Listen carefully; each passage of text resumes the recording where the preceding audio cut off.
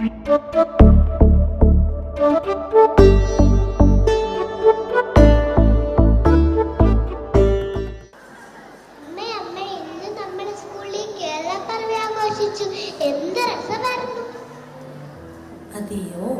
എന്തൊക്കെ കാര്യങ്ങളാ കേരളപ്പിറവിയോടനുബന്ധിച്ച് മോൾ പഠിച്ചത്?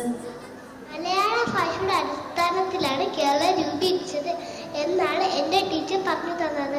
അമ്മ എന്താ ഈ മലയാള അക്ഷരമാല എന്ന് പറയുന്നത്?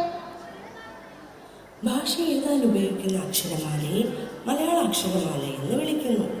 ഈ അക്ഷരമാലയിൽ സ്വരാക്ഷരങ്ങൾ, വ്യഞ്ജനാക്ഷരങ്ങൾ എന്ന് 2 വിഭാഗങ്ങളായി തരംതിരിച്ചിട്ടുണ്ട്. ഇവയ്ക്ക് പുറമെ ചില്ലക്ഷരങ്ങൾ, കൂട്ടക്ഷരങ്ങൾ എന്നീ വിഭാഗങ്ങളും മലയാള ഭാഷ എഴുതുന്നതിനായി ഉപയോഗിക്കുന്നുണ്ട്. ഇന്നു മോൾക്ക് അമ്മ മലയാളത്തിലെ സ്വരാക്ഷരങ്ങൾ ഏതൊക്കെയെന്ന് പറഞ്ഞു തരാം. ശരി അമ്മേ.